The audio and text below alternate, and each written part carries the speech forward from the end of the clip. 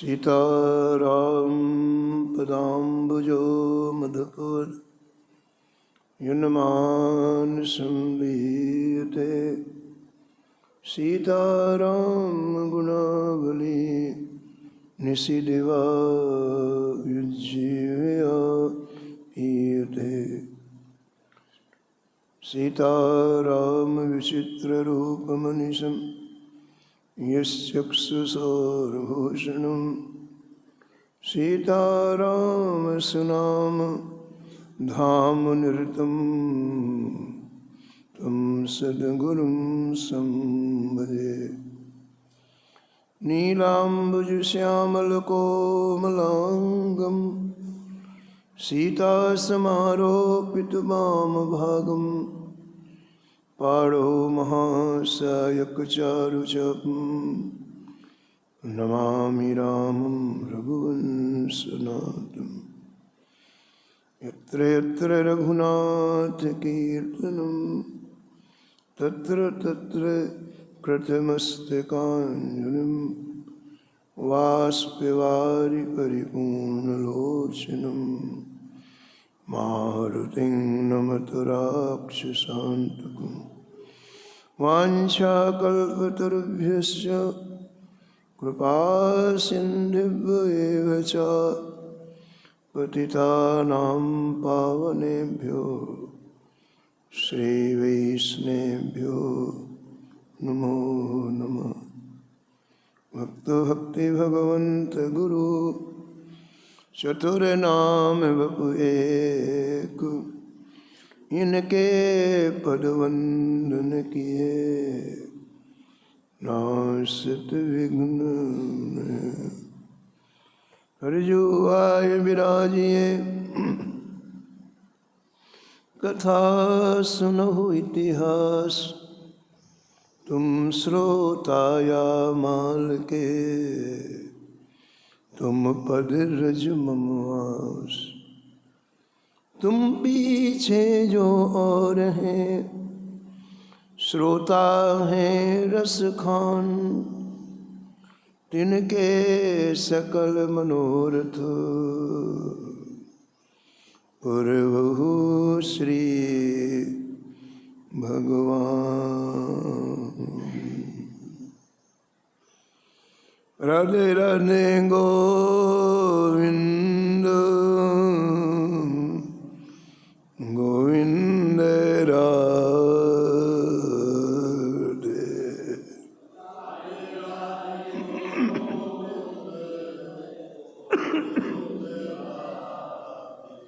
राधे राधे गोविंद गोविंद राधे।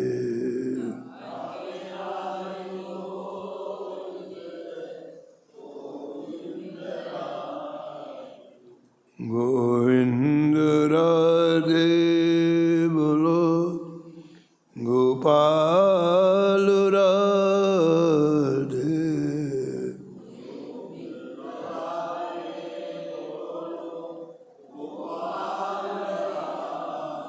राधे राधे गोविंद गोविंद राधे।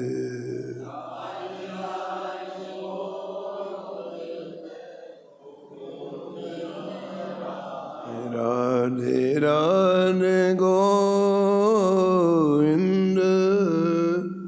गोविंद राधे।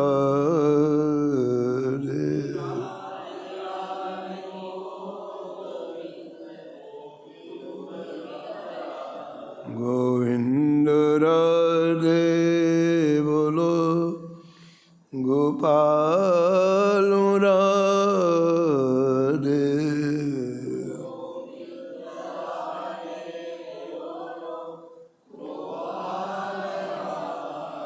राधे राधे गोविंद गोविंद राधे।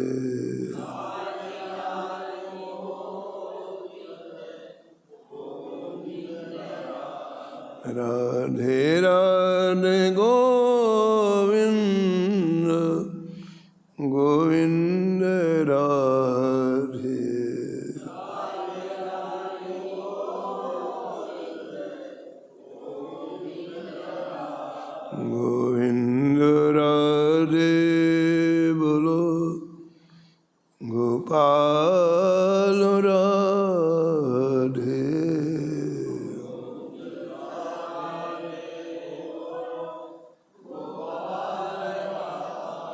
राधे राधे गोविंद गोविंद राधे।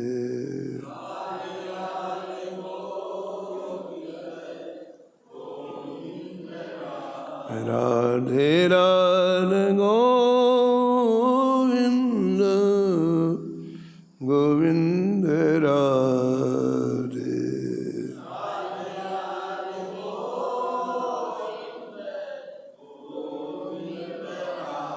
गोविंद राधे बोलो गोपाल राधे।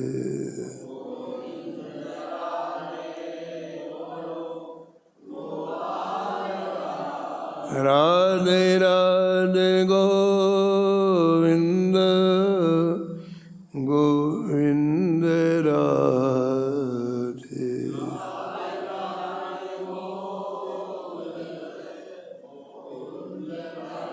राधे राधे गोविंद गोविंद राधे।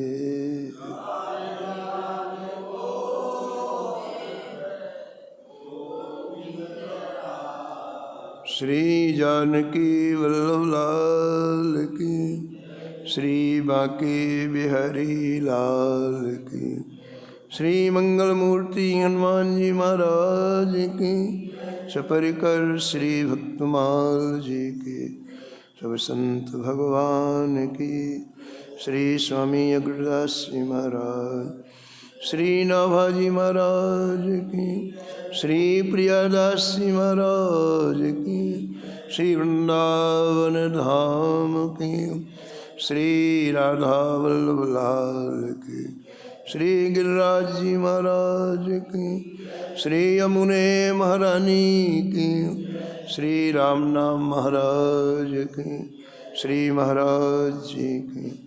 जय जय श्री राधे।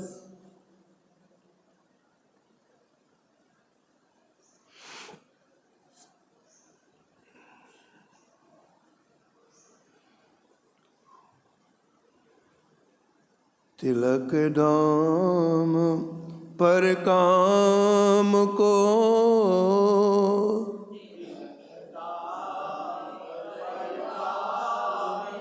हरिदास हरि निर्मयो,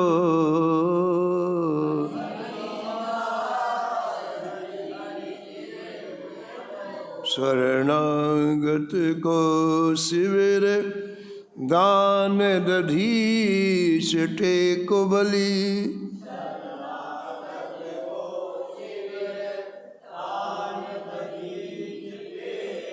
परम धर्म प्रहलाद शीस देन जगदेव कली,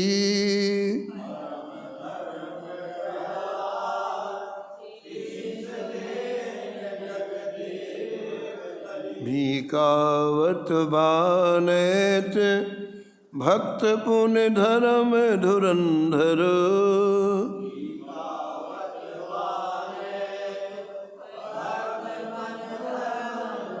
तुवर कुल दीपको संत सेवा नित्य अनुसर,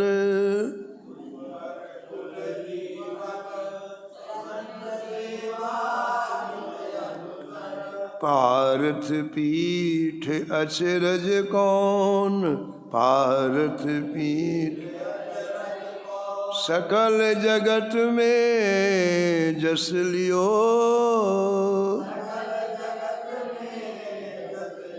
तिलक दाम पर काम को, हरिदास हरि निर्मयो,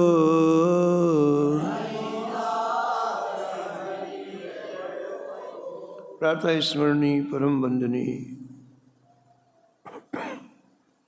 श्री भक्तमाल के रचयिता श्री नाभा गोस्वामी जी इस छप्पे में परम भागवत परम भक्त श्री हरिदास जी का स्मरण किया है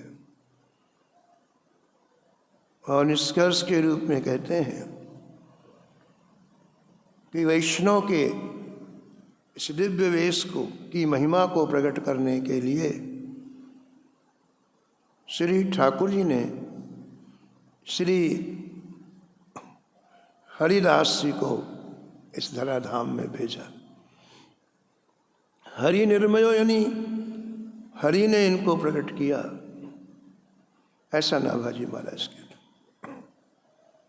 बहुत बड़े बड़े काम सामान्य व्यक्ति नहीं कर सकता है।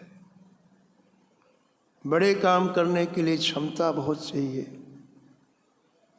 इसलिए समय समय पर ठाकुर जी विशिष्ट विभूतियों को इस धराधाम में भेजते हैं, जिससे लोग उनका अनुसरण करके मानव जीवन के परम फल को प्राप्त करें, ऐसा नाभाजी महाराज कहते हैं। तो हरिदास जी भी उन्हीं में से एक थे, जिनका यश सकल जगत में विस्तरो, पूरे संसार में फैला हुआ है। उनमें इतनी विशेषताएं भजन से आ गईं। राजा शिवी के समान शरणागत थे वो, शरणागतों की रक्षा करने वाले थे। महान ऋषि दधीच के समान दान देने वाले थे, और राजा बलि के समान अपनी प्रतिज्ञा का पालन करने वाले थे। बलि के गुरुजी ने कहा, ये विष्णु है, सब कुछ तुम्हारा हरण कर लेंगे, मत दो इनको। लेकिन गुरु की बात नहीं मानी और भगवान को 3 पग पृथ्वी दे दी। भले सब कुछ चला जाए, लेकिन मैंने देने को कहा है तो दूंगा। तो प्रतिज्ञा पालन में राजा बलि के समान थे।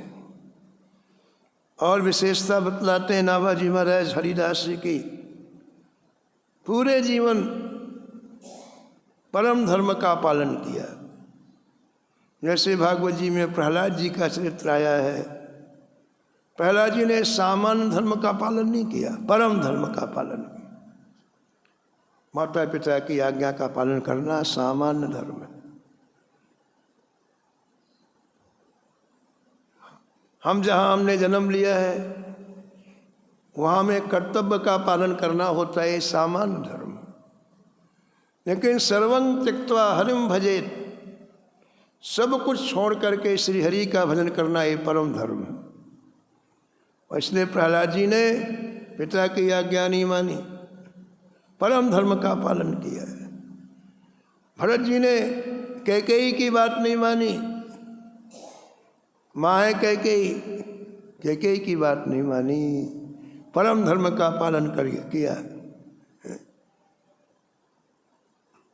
तो श्री हरिदास जी परम धर्म का पालन किया, प्रहलाद के समान। और आगे लिखते हैं, शीश देन जगदेव कली। और इस कलयुग में एक राजा जगदेव हुए हैं, जिन्होंने रीछ करके अपना सिर दे दिया। किसी बात पर रीछने के बाद उन्होंने अपना सिर दे दिया। ऐसे श्री हरिदास जी भी थे। यदि रीछ जाते किसी में भक्ति देख करके, किसी में भगवान नाम की महिमा को देख करके, तो सब कुछ देने को तैयार हो जाते। जैसे शिवी को याद किया, दधीची जी को याद किया, प्रहलाद को याद किया श्री नाभाजी ने, वैसे रीझने में राजा जगदेव को याद किया। अब राजा जगदेव जी का चरित्र तो पुराणों में नहीं है, इसलिए यहाँ प्रियादास जी ने उनका वर्णन किया है। प्रसंग आया है इसलिए उसको सुनना चाहिए। प्रियादास जी लिखते हैं, रीझ जगदेव सो यो कही के बखान कियो, रीझ जगदेव सो कही के जानत न को सुनो, कर बोले प्रकाश में जानत न को कर बोले प्रकाश में। कहते जगदेव जी के इस प्रसंग को प्राय लोग नहीं जानते हैं, और मैंने संतों से सुना है, प्रियादास जी कहते हैं, तो वही मैं यहाँ वर्णन कर रहा हूँ। एक नृत्यांगना, अत्यंत सुंदर नृत्यांगना, ऐसा लगता था साक्षात शक्ति ही है, साक्षात शक्ति का स्वरूप है। वह जब गायन करती, जब वो नृत्य करती, तो उसके गायन और नृत्य से बड़े बड़े लोग आकर्षित होकर के महाराज मूर्छित हो जाते। इतना अच्छा उसका गायन और नृत्य था उस नृत्यांगना का, जो साक्षात शक्ति के रूप में उसका दर्शन होता था। तो एक बार की बात है कि वह नृत्यांगना राजा जगदेव के दरबार में पहुंची। जगदेव जी ने उसका अद्भुत नृत्य देखा, उसका मधुर गान सुना तो रीझ गए, और उसके बदले में उसे पुरस्कार देना चाहा। इतना अच्छा नृत्य और गायन किया है, लेकिन उनको उसके नृत्य और गायन के बदले में कोई वस्तु, कोई पदार्थ इतना मूल्यवान नहीं दिखाई पड़ा जितना मूल्यवान उसका गायन था, नृत्य था।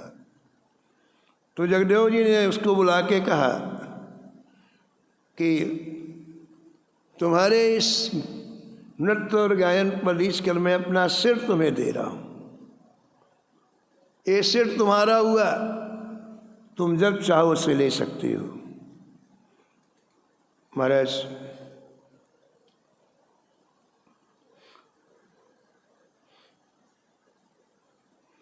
वो नटी भी आश्चर्यचकित हो गई, नृत्यांगना भी, कि लोगों ने वस्तु पदार्थ तो दिया है, लेकिन सिर देने वाले एक ही राजा हैं। तो उसने भी कहा कि राजन, मैंने भी आपको अपना ये दाहिना हाथ दिया, अब इस दाहिने हाथ से कभी मैं किसी से कोई वस्तु और पदार्थ नहीं लूँगी। ये दाहिना हाथ आपका हो गया, मैं कभी किसी से वस्तु पदार्थ हाथ से नहीं लूँगी। इस तरह से हमारी नृत्यांगना चली गई। कुछ दिनों के बाद किसी दूसरे स्टेट के राजा ने सुना कि उस नृत्यांगना ने राजा जगदेव से ऐसा इनाम पाया है, और उसने उसके बदले में अपना दाहिना हाथ दिया है। राजा जगदेव ने सिर देने को कहा है और उसने दाहिना हाथ देने को कहा है।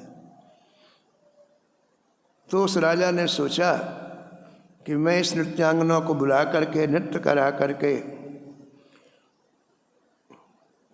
राजा जगदेव से भी अच्छी चीज दूंगा। तो उसने बुलवाया, अपने दरबार में नृत्य गान कराया, और मूल्यवान वस्तुएं उसने पुरस्कार के रूप में देने के लिए अपने समीप में बुलाया। लेकिन उसने दाहिना हाथ नहीं फैलाया, बायां फैलाया। बाएं हाथ से कोई चीज़ लेना एक अपमान स्वरूप है। तो राजा ने कहा, भाई तुम दाहिने वस्तु हाथ से क्यों नहीं ले रही हो? तो नृत्यांगना ने कहा, ये दाहिना हाथ मैंने राजा जगदेव जी को दे दिया है, इसलिए मैं इससे कोई वस्तु नहीं लूँ। तो राजा ने पूछा, उन्होंने कौन सी वस्तु ऐसी दी है कि तुमने अपना दाहिना हाथ, उससे 10 गुनी अधिक वस्तु मैं तुम्हें दूंगा। उस नृत्यांगना ने कहा, कोई नहीं दे सकता है। बहुत समझाया राजा को, लेकिन नहीं माना राजा। बोले नहीं नहीं, ला के दिखाओ कि कौन सी चीज़ राजा जगदेव ने दी है, मैं उससे 10 गुना अधिक दूंगा। तो वो नृत्यांगना राजा जगदेव जी के पास गई और बोली, राजन मेरी वस्तु मुझे दे दीजिए। एक क्षण नहीं लग रहा, जगदेव जी ने तलवार से अपना सिर काट करके नटी को दे दिया, नृत्यांगना को दे दिया। नृत्यांगना शक्ति स्वरूपा है, हमने पहले ही कहा था। इसलिए वहाँ के लोगों से उसने कहा था कि इनका धड़ जलाना नहीं, सुरक्षित रखना। लेकर के सिर आई नृत्यांगना दूसरे राजा के पास और कहा, ये लीजिए, इससे 10 गुना आप दो, इसके बराबर ही नहीं ले सकते। आपने कहा मैं 10 गुना दूंगा, देखिए। और महाराज कटा हुआ सिर देख करके दूसरा राजा मूर्छित होके सिंहासन से नीचे गिर पड़ा। और अनेक उपायों के द्वारा जब उसकी मूर्छा दूर हुई तो उसने कहा, मैंने तो ये समझा था कि राजा जगदेव ने धन दिया होगा तो मैं उससे अधिक धन दूंगा, ये मेरे बस की बात नहीं है, सिर देना मेरे बस की बात नहीं है। उस नृत्यांगना ने कहा, इसीलिए मैंने दाहिना हाथ राजा जगदेव को दिया है। राजा लज्जित हो गया और देखो वो नृत्यांगना वापस आई सिर लेकर के राजा जगदेव को, और उनके धड़ पर सिर को जोड़ दिया। और मारे तत्क्षण राजा जगदेव जीवित हो गए। ये शक्ति काली की अवतार थी। ये नृत्यांगना साक्षात काली की ही अवतार थी। तब तो इतनी शक्ति थी, बताओ। कटा हुआ सिर जोड़ दिया और राजा जगदेव जीवित हो गए। सुनो जगदेव रीत प्रीत नृपराज सुता, पिता सो बखान कही वाही को ल दीजिए। पिता सो बखान कही वाही को ल दीजिए, वाही को ल दीजिए, वाही को ल दीजिए।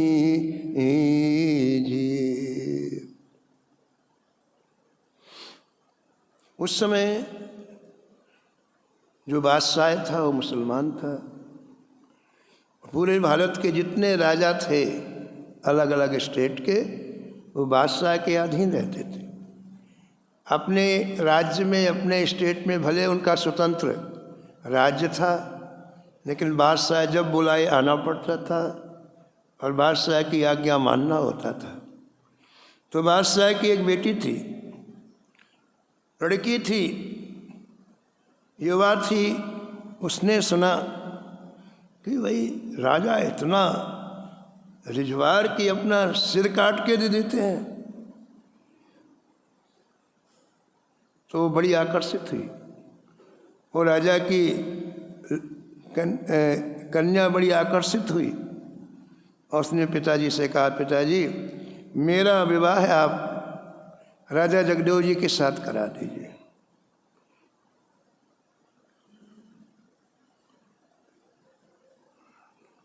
तो शहजादी थी, उसकी बेटी थी, वो भी बादशाह की बेटी।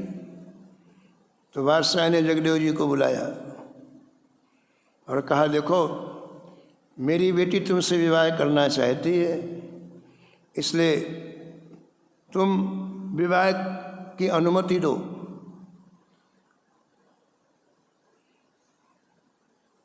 और विवाह होने से तुम्हें बहुत बड़ा अच्छा पद दूंगा, बहुत संपत्ति दूंगा, तुम मेरी बेटी के साथ विवाह कर लो।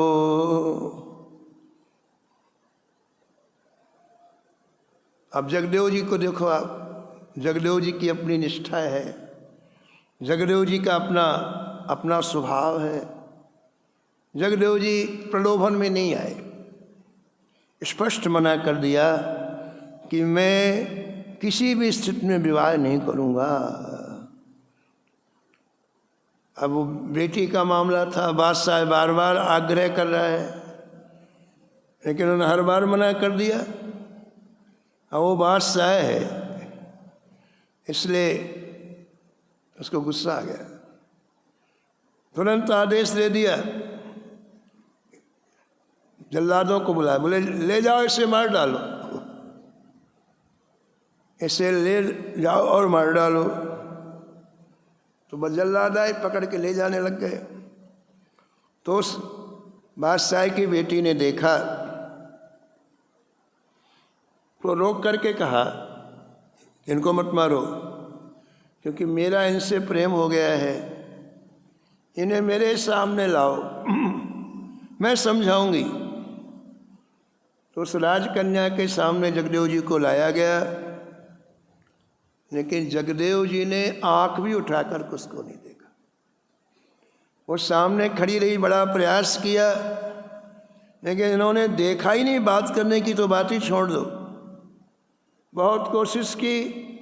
जब जगदेव जी ने कोई रुचि नहीं दिखाई तो वो भी भयंकर नाराज हो गई, बोले इसे मार डालो और इनका सिर काट करके मेरे पास लाओ। जल्लाद ले गए, जगदेव जी का सिर काट दिया। काट करके एक बड़ी थाली में रख करके सिर राजकन्या के सामने लाया गया। यहाँ प्रियादास जी लिखते हैं कि वो कटा हुआ सिर राजकुमारी ने जैसे वस्त्र निकाल करके देखा तो कटा हुआ सिर पीछे घूम गया। कटा हुआ सिर भी राजकुमारी को नहीं देख रहा है, वो पीछे घूम गया। ऐसी निष्ठा बताओ।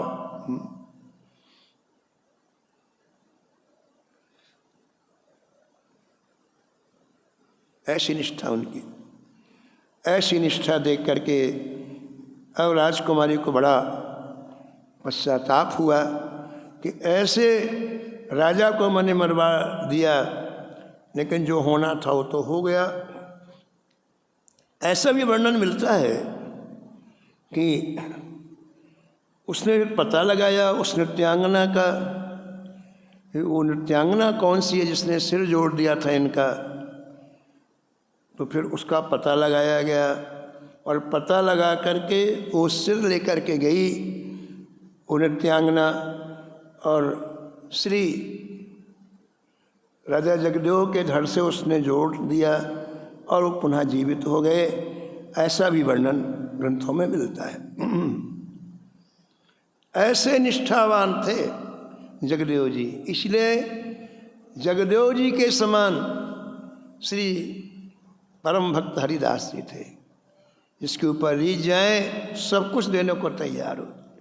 जैसे जगदेव जी ने अपना सिर दे दिया, फिर कभी दूसरी की तरफ नहीं देखा। दी हुई चीज़ कैसे ले लेंगे बताओ।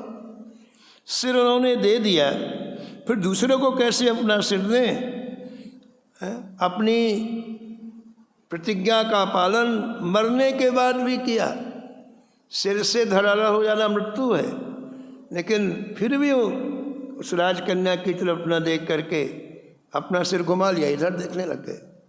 ऐसे रिजवार श्री जगदेव जी थे। तो उनके अलग अलग गुणों की तुलना अलग अलग महापुरुषों से श्री नाभा जी ने किया, जिसका वर्णन आपने श्रवण किया। और ये सब गुण कैसे आए, तो अंत में कहते हैं आप,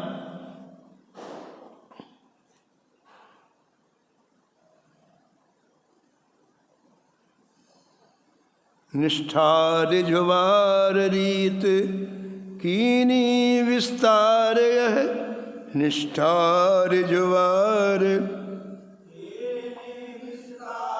सुनो साधु सेवा हरिदास जू ने करी है। सुनो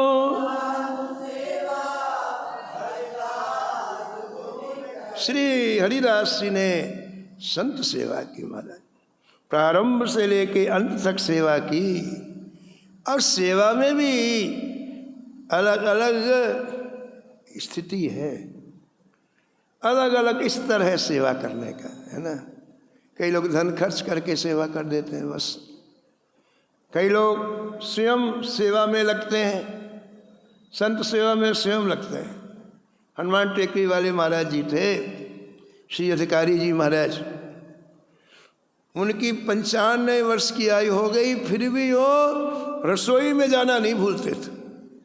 संतों की रसोई बनती स्वयं लगते थे, बताओ।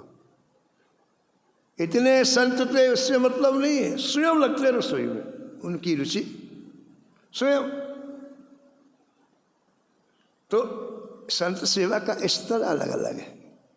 पैसा दे दिया संत सेवा हो गई, एक भी है। स्वयं सेवा में लगना एक भी है। और एक स्तर और है, संतों में दोष दृष्टि न हो, ये आंतरिक भाव है। हमारी आंखों के सामने कुछ भी दिखाई पड़े लेकिन संतों में दोष दृष्टि न रहे, ये सबसे ऊंची बात, सबसे ऊंची बात है। तो श्री हरिदास जी इसी स्तर की सेवा करते थे, संतों को साक्षात भगवान मान करके सेवा करते थे। हमारे श्री ठाकुर जी नहीं, हमारे ठाकुर जी ही आए हैं, बताओ अब कितनी खुशी होगी। आप संत सेवा करें, संत आए और आपके हृदय में ऐसा भाव हो जाए कि साक्षात गोविंद ही आए हैं, साक्षात जानकी वल्लभ लाल जी आए हैं, तो कितनी खुशी हो आपको। आंतरिक भावना है ना, अंतर हृदय में ऐसा भाव हो जाए तो बड़ी प्रसन्नता। तो इस भाव से श्री हरिदास जी ने संत सेवा की। और एक बात का ध्यान रखना, यदि अच्छा भाव हो तो उसी समय अनंत सुख मिलता है। संत के आने मात्र से हृदय आनंद से भर जाता है। यदि हमारा हृदय आनंद से नहीं भरता है तो हमारी कोई त्रुटि है। लेकिन यहाँ प्रियादास जी लिखते हैं कि यदि कोई व्यक्ति इस तरह से संत सेवा करे कि दोष दृष्टि न हो और भागवत स्वरूप मान के करे तो अनंत सुख की प्राप्ति उसी समय हो जाती। अब बताओ इससे बड़ी बात क्या होगी। न कोई चीज़ मिली आपको, न कोई चीज़ गई और अनंत सुख में आप डूब गए, ऐसा लिखा है।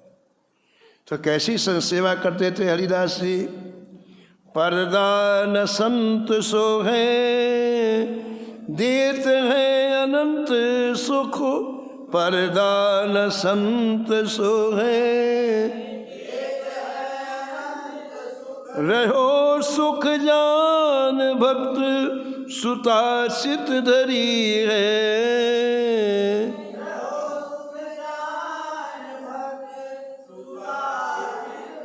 सुतासित धरी है, सुतासित धरी है, सुतासित धरी है, सुतासित धरी।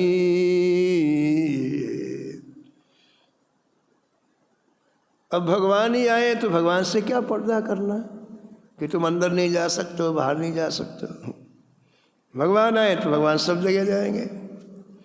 तो कहते हैं कि ऐसी सेवा की, ऐसी सेवा की कि महाराज अनंत सुख की प्राप्ति संतों को होती, अनंत सुख की प्राप्ति उन्हें स्वयं को होती। इस तरह से कई वर्ष तक सेवा करते हुए हो गए।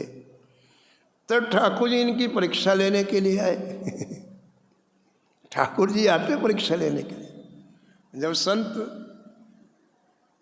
जब संतों की सेवा होती है, जब आप भजन करते हो तो कभी कभी ठाकुर जी अंदर की गहराई को देखने के लिए आते हैं कि ये बात आपके अंदर तक गई है कि केवल ऊपर ही ऊपर है, ऐसा देखते हैं। उसी को परीक्षा कहते हैं। तो परीक्षा लेने के लिए एक दिन ठाकुर जी आ गए संत के वेश में। अब जो परीक्षा लेता उल्टे सीधे काम करता हो तभी तो परीक्षा ली जाएगी। सामान्य से क्या परीक्षा लेना। तो अत्यंत अल्प वयस्क यानी 11-12 वर्ष की आयु के बालक के रूप में आए ठाकुर जी। आए तो खूब इनके यहाँ महाराज सुख की प्राप्ति हुई, क्योंकि कोई पर्दा तो था नहीं। तो इनके श्री हरिदास जी के बालक थे, पुत्र और पुत्रियां थीं। वो भी कोई 12 वर्ष, कोई 13 वर्ष, इस तरह से। तो ये जो बालक रूप में संत आए ना, उन्हीं के साथ खेलते उन्हीं के साथ रहते, उन्हीं के साथ खेलते, खूब पता ही नहीं चलता कब सुबह हुई, कब दोपहर हुई, कब शाम हुई। भगवान परीक्षा लेने आए थे। गर्मी का समय था, पहले बालक बालिकाएं खेलते रहे और रात्रि में थक गए तो वहीं छत में सो गए। इनकी बेटी थी, वो संत भगवान थे, एक आध लोग और थे, सब सो गए। प्रातःकाल श्री हरिदास जी उठे और उठ करके महाराज छत में गए घूमने के लिए। जिन लोगों को सोते हुए देखा, अब ठंड लग रही थी दोनों को, तो अपनी चद्दर जो ओढ़े थे दोनों को उड़ा दिया। नीचे आके दातून करने लगे। जब इनकी नींद खुली तो अब चद्दर देखी, पिताजी की चद्दर है। तो श्री ठाकुर जी को संकोच हुआ कि हम लोग इतनी देर से उठे, हम संत को जल्दी उठना चाहिए, और हरिदास जी ने देख लिया है तो जरूर उनको कुछ ना कुछ बुरा लगा होगा। जो भी हो, तो संकोच के साथ वो संत भगवान नीचे आए। हरिदास जी को देख करके सिर नीचा करके आगे जाने लग गए, स्नान करने के लिए जाने लग गए। तब हरिदास जी आगे आए, आगे आकर के प्रणाम किया, कहा महाराज एक आज से मैं ये प्रार्थना कर रहा हूँ, और प्रार्थना ये कर रहा हूँ कि आप में मेरी कोई किसी तरह की भी दोष दृष्टि नहीं है, लेकिन ये जो दुष्ट लोग घूमते हैं संसार में, ये संतों में कोई न कोई छिद्र देखते हैं और फिर निंदा करते हैं। और महाराज मेरी कोई निंदा खूब करे, लेकिन संतों की कोई निंदा करे तो मुझको ऐसा लगता है कि मेरे प्राण जा रहे हैं। तो संतों की कोई निंदा ना करे, इसलिए मैं आपके चरणों में प्रार्थना करता हूँ कि हम ऐसा कोई कार्य ना करें जिससे लोगों को कहने का मौका मिल जाए। महाराज बड़ी विनम्रता पूर्वक हरिदास जी ने उन बालक भगवान से कहा ऐसी बात। तो बालक भगवान मानो बड़े संकुचित हो गए और अब वहाँ से जाने लग गए। हरिदास जी की बात सुन करके बहुत कुछ बोल नहीं पाए और जाने लग गए। तब हरिदास जी ने दोनों चरण पकड़ लिए और कहा महाराज मैं आपको जाने नहीं दूंगा। मतलब भगवान ने कहा नहीं हम अन्य जगह जाके भजन करेंगे। बोले नहीं महाराज कुछ भी हो जाए मैं आपको नहीं जाने दूंगा। देखो भगवान ने सोचा हमने इनके साथ ऐसा किया, फिर भी देखो इनकी हमारे प्रति कैसी निष्ठा बनी हुई। वो तो जानबूझ के ठाकुर जी कर रहे थे ना परीक्षा लेने के लिए। तो भगवान प्रसन्न हो गए, परीक्षा में पास हो गए, भगवान प्रसन्न हो गए। प्रसन्न होकर के भगवान ने अपने निज स्वरूप का दर्शन दिया। नील सरोवरहु नीलमणि नील नीलधर श्याम लाजहि तन शोभा निरखो कोटि कोटि सत्यकाम। भगवान ने कहा कि राजन जैसे तुम निर्दोष संत सेवा करते हो, निर्दोष, वैसी सेवा से मैं बड़ा प्रसन्न हूँ। तुम जो चाहो वरदान मांग लो।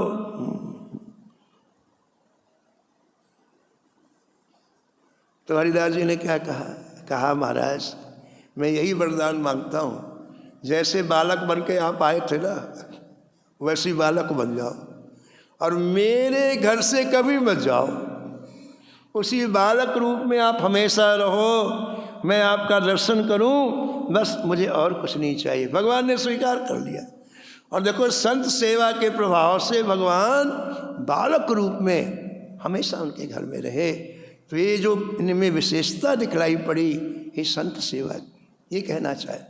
प्रहलाद के शरीर के परम धर्म का पालन करना, दधीच के शरीर के दान देना है, शिवी के समान शरणागत की रक्षा करना, वली के समान प्रतिज्ञा का पालन करना, ये जितनी विशेषताएं आपको श्री हरिदास जी के चरित्र में मिली, ये संत सेवा का फल।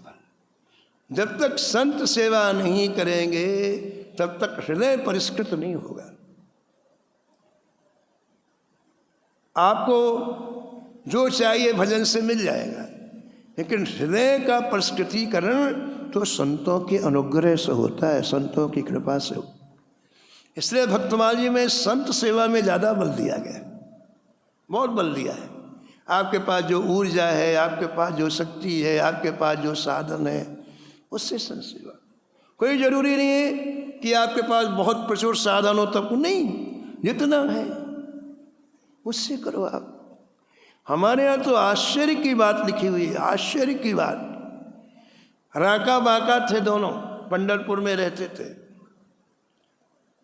सूखी लकड़ी बेच करके जीवन निर्वाह करते थे। सूखी लकड़ी जंगल से इकट्ठा करके लाते हैं, राका उनकी पत्नी बाका 2 गट्ठे लाते, उसको किसी व्यापारी को देते, वो 4 पैसे में बिकते थे गट्ठे। तो 4 पैसे में पता क्या करते, 2 पैसे संत सेवा में लगा देते, और जो 2 पैसे बचते उससे अपने जीवन निर्वाह के लिए 4 टिक्कड़ बनाते, 2-2 टिक्कड़ खा के भजन करते। लेकिन ऐसे अभाव में भी संत सेवा करते हो, बताओ, 4 पैसे में भी संत सेवा कर लेते हो। और उनका हृदय इतना निर्मल हो गया कि कभी भगवान से कुछ नहीं मांगा। बताओ, लकड़ी ढोते रहे लेकिन भगवान से नहीं कहा कि एक तो छाया बनवा दो, भगवान से नहीं कहा कि महाराज 2-4 जोड़ी कपड़े दे दो, भगवान से नहीं कहा बूढ़े हो गए, 80 साल के हो गए, अब जंगल नहीं जाया जाता है तो हमारी व्यवस्था कर। ये है, जब हृदय निर्मल हो जाता है तो डिमांड खत्म हो जाती, कामना खत्म। जब तक हृदय में किसी भी तरह का मल रहता है, गंदगी रहती है, तभी तक व्यक्ति मांगता है। चैतन्य महाप्रभु जी कहते हैं कि ये जो चित्त है इसमें बाहर के दोषों ने आके कब्जा कर लिया। हमारा सबका जो चित्त है ना, उसमें बाहर के दोषों ने आके कब्जा कर लिया है। इसलिए ये हमारा चित्त दूषित हो गया, जो चीज़ नहीं चाहिए वो मांगने लग गए हम। दूषित चित्त में जो नहीं चाहिए वो मांगने लग गए। तो सबसे पहले चित्त को आप निर्मल करो, और जब चित्त निर्मल हो जाएगा तो भगवान के सिवा और कुछ नहीं चाहिए। तो राका बाका ने कभी कुछ नहीं मांगा। नामदेव जी को बड़ा बुरा लगा कि देखो जी, एक सेठ के यहाँ कोई नौकरी करे, वो भी कहता भाई 60 साल तक इसने नौकरी की है, अब इसके अंत बुढ़ापे के लिए कुछ ना कुछ व्यवस्था कर देते हैं। और 20 साल से भजन कर रहे हैं, 80 साल की आयु हो गई, अब बताओ लकड़ी ढो करके रोटी पाते हैं। नामदेव जी पहुँच गए ठाकुर जी के पास, खूब लड़ाई लड़ी, खूब लड़ाई लड़ी। बोले प्रभु ये क्या विधान है आपका, मैंने खुद देखा है, पसीना बह रहा है गर्मी में, और लकड़ी का बोझा लेके आ रहे हैं, 12 बजे दोपहर, अब बेचेंगे, अब आटा से रोटी बनाएंगे, क्या प्रभु आप, कोई फायदा नहीं आपका भजन करने से। इससे अच्छा तो आपसे अच्छा संसारी व्यक्ति। भगवान ने कहा नाम दो, हम क्या करें, वो लेता ही नहीं है। हमने कई बार देने का प्रयास किया लेकिन वो नहीं ले रहा है। नामदेव जी ने कहा महाराज प्रवचन ना करो, भूख लगती है तो रोटी अच्छी लगती है, जब हाथ पैर नहीं चल रहे तो व्यवस्था चाहिए, आप व्यवस्था कर दो। कैसे क्यों नहीं लेंगे? भगवान ने कहा चलो भाई हम अभी व्यवस्था कर देते हैं। तो नामदेव जी और भगवान स्वयं गए, कहाँ, जहाँ जंगल में वो लकड़ी लेने के लिए जा रहे थे। दोनों 80 वर्ष की आयु, राका बाका, और भगवान ने एक सोने की ईंट प्रकट कर दी, इतनी बड़ी 10 किलो सोने की ईंट प्रकट कर दी सामने, ले जाओ और अपना जीवन निर्वाह करो। ठीक है। अब देखो सोने की ईंट कब अच्छी लगेगी, जब अंदर चाय हो। अंदर चाय नहीं हो तो सोने की ईंट काटने को दौड़ेगी। यही मापदंड है। जब अंदर चाय होती है तो संसार बहुत अच्छा लगता है, अंदर चाय ना हो तो सब कुछ रहा है, कुछ अच्छा नहीं लगता है ना। तो देखो, संत सेवा से, भजन से, अंतःकरण निर्मल होने से सोने की ईंट देखी राका ने तो पीछे हट गया। अरे ये क्या, ये आज आफत क्या आ गई, ये असगुन हो गया, आज सोना दिखाई पड़ गया, असगुन हो गया। पीछे उन्होंने विचार किया कि देखो, सोना देखने से 2 मिनट मेरा भजन बंद हो गया। भजन करते हुए जाते थे, भजन करते हुए जाते थे। और सुनो, दोनों पति पत्नी जाते थे, लेकिन दोनों के बीच में 10 हाथ का फासला रहता था। आज साथ में रहोगे तो बात जरूर करोगे, जरूर करोगे। 2 आप लोग भजन नहीं कर, बात करोगे। कितने लोग माला झोली हाथ में रखते लेकिन बात करते साथ में रहोगे तो बात करोगे बाबा। इसलिए अलग अलग जाते थे, 10 हाथ का फासला। तो आगे राका ने देखा कि देखो, 2 मिनट का मेरा भजन चला गया इस सोना को देखने से। मेरी पत्नी पीछे आ रही है, वो देखेगी तो उसका भी भजन चला जाएगा। तो मैं एक काम करूं, इसे वो मिट्टी से ढक देता हूं, मेरी पत्नी ना देखेगी ना उसका भजन जाएगा। देखो, ये है गृहस्थ जीवन। पत्नी पति के भजन का ध्यान रखे और पति पत्नी के भजन का ध्यान रखे, ये गृहस्थ जीवन है।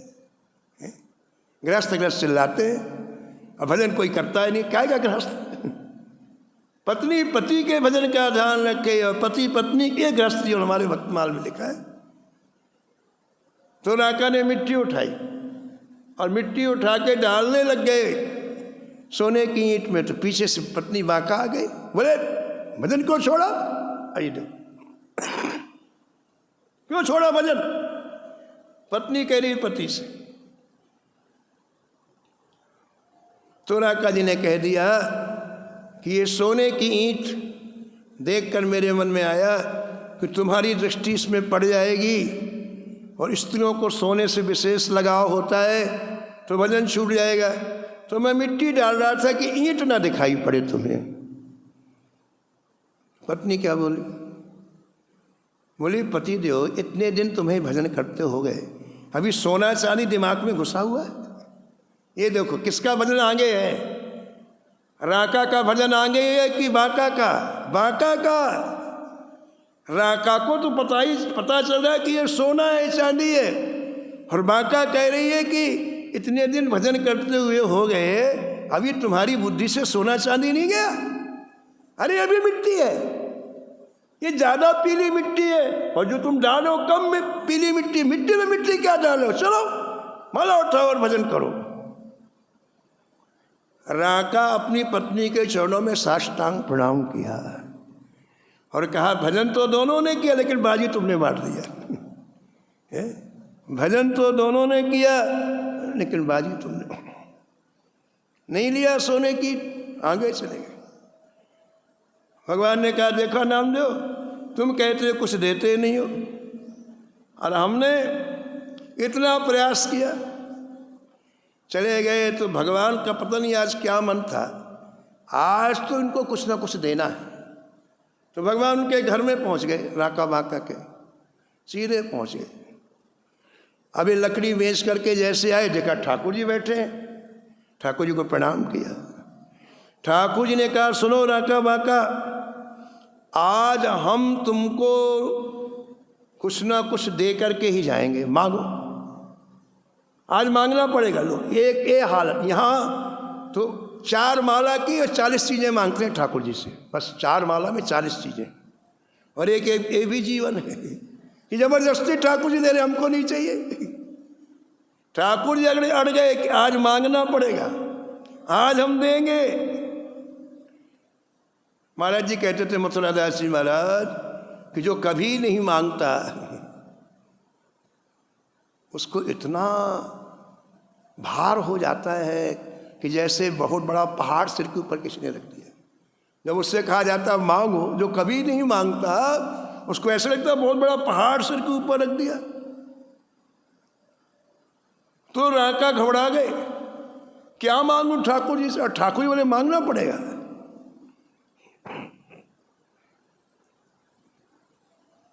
तो राका के मन में आया, मेरी पत्नी की बुद्धि ज़्यादा तेज है, इसने भजन किया है ना, अभी अभी देख के आए, तो सलाह है लो कि क्या करूं, मेरी बुद्धि तो काम नहीं करी। ठाकुर जी कहते हैं मांगो मांगो मांगो, तो इससे सलाह ले लो कि क्या करूं। तो धीरे से अपनी पत्नी बांका के कान में बोले, अरे मुझे क्या करना चाहिए।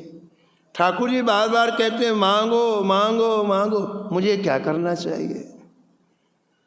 तो बांका बोली क्यों घबरा रहे हो, ठाकुर जी कह रहे ने मांगो मांगो, पहनने की एक धोती मांग लो। ये धोती पहनते ना, एक धोती मांग लो। महाराज ठाकुर जी हृदय से लगा लिया राघव। ऐसा जीवन कब बनता है, जब व्यक्ति संतों की सेवा करता है। ऐसे नहीं होता, उधार में नहीं है, ये पढ़ने लिखने से नहीं होता है, ये तो सेवा से ही होता है। इसलिए हरिदास जी का जिसका चरित्र आपने श्रवण किया, उनमें जो विशेष गुण आपको दिखलाई पड़े, उसका यही कारण है, निर्दोष दृष्टि से संतों की सेवा की, और भगवान हमेशा से उनके यहाँ रहने लगे। बताओ, श्री ठाकुर जी उनके घर में रहने लग गए, संत सेवा से प्रसन्न होकर के। ऐसे हरिदास जी के चरणों में कोटि सा वंदन और प्रणाम करके कथा को यहीं विराम। जय जय श्यामा जय जय श्याम, जय जय श्री वृंदावन धाम।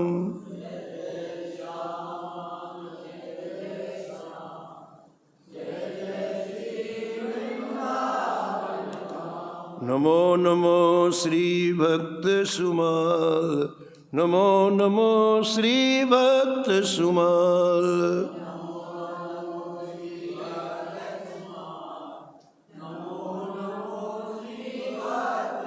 जाके सुनत महात्म नासत, और झलकत राधा नंदलाल। गद गद स्वर पुलकित अंग अंगनी, लोचन बरसत असुअन जाल। हाँ उतर जात अभिमान ब्याल विष, लेत जीवाय सुरस तें काल। होत प्रीत हरि भक्त जनन सो, लेत शीघ्र हटि चरण प्रछाल। तजत कुसंग लेत सतसंगति, भाग जगत को अद्भुत भाल।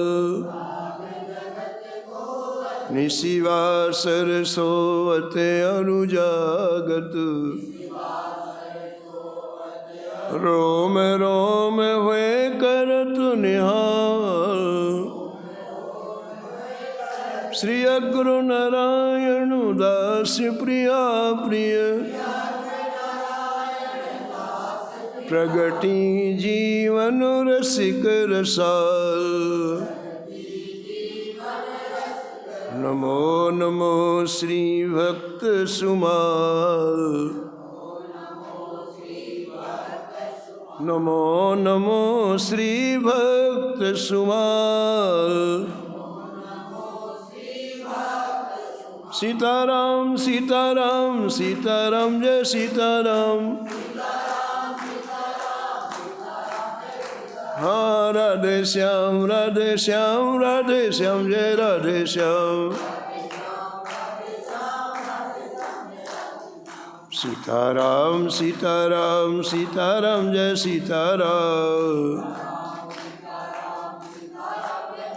जय जय राधे श्याम राधे श्याम राधे श्याम जय राधे श्याम। हाँ सीताराम सीताराम सीताराम जय सीताराम। राम राधे श्याम राधे श्याम राधे श्याम जय राधे श्याम।